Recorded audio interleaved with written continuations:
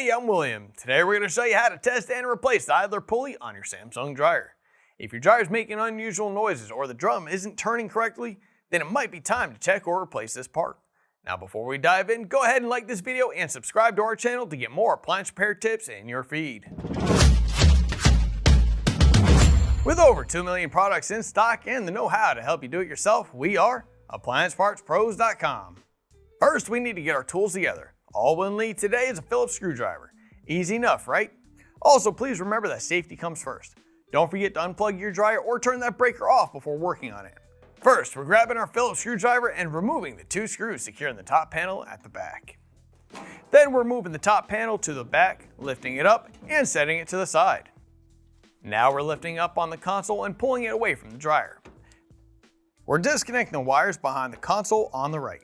Then we can lift up on the console and setting the console to the side. Now we're going to use our Phillips screwdriver to remove the 2 screws behind the door in front of the lint trap and the lint filter. We also need to remove the 4 screws at the top of the panel.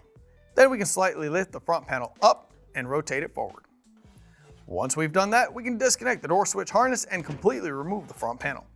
You can just set the front panel to the side for now. Now we're unlatching the wire retainers from the wire harness. Then we can use our Phillips screwdriver to remove the 5 Phillips screws from the top plate and set it to the side as well.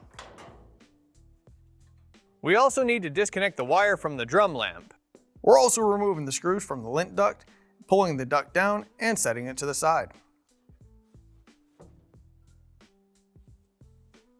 Next, we're removing the 4 Phillips screws from the front bulkhead and disconnecting the sensor bar wire connector.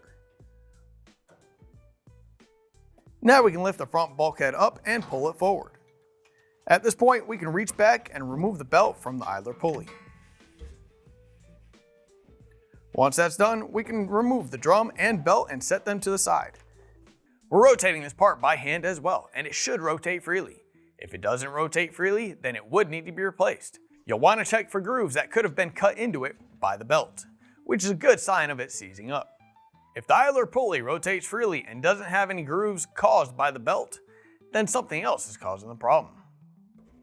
To replace the idler pulley, we're going to grab our Phillips screwdriver and remove the mounting screw at the back of the motor mount.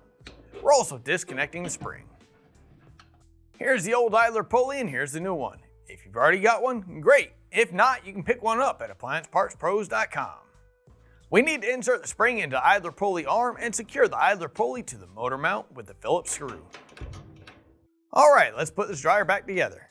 We're going to install the drum and belt and secure the belt to the motor and idler pulley.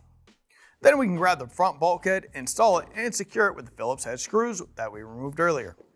We're also reconnecting the sensor bar wires. Next, we're installing the lint filter housing.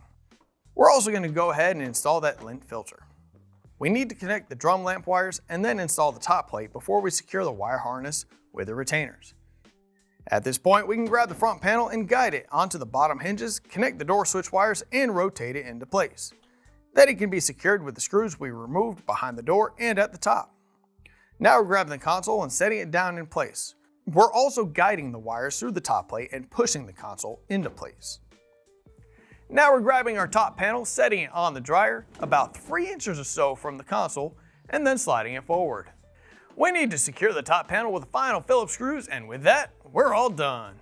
Don't forget to plug the power cord back in or turn that breaker back on.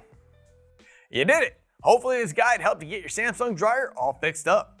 We'd love to hear how the repair process turned out, so feel free to share your experience in the comments below. And if you still need a new idler pulley or any other part, just grab a model number and visit AppliancePartsPros.com. Most orders arrive in just a couple of days. Thanks for watching, and we'll see you next time.